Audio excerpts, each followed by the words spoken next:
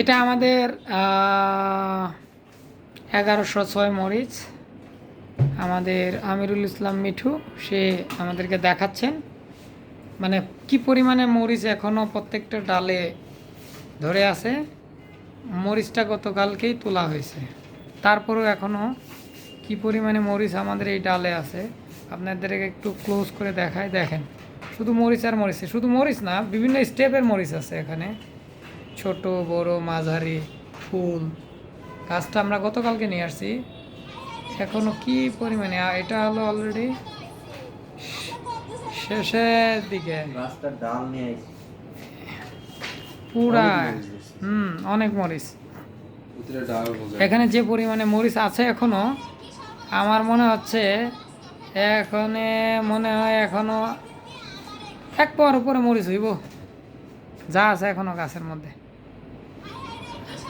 ঠিক আছে।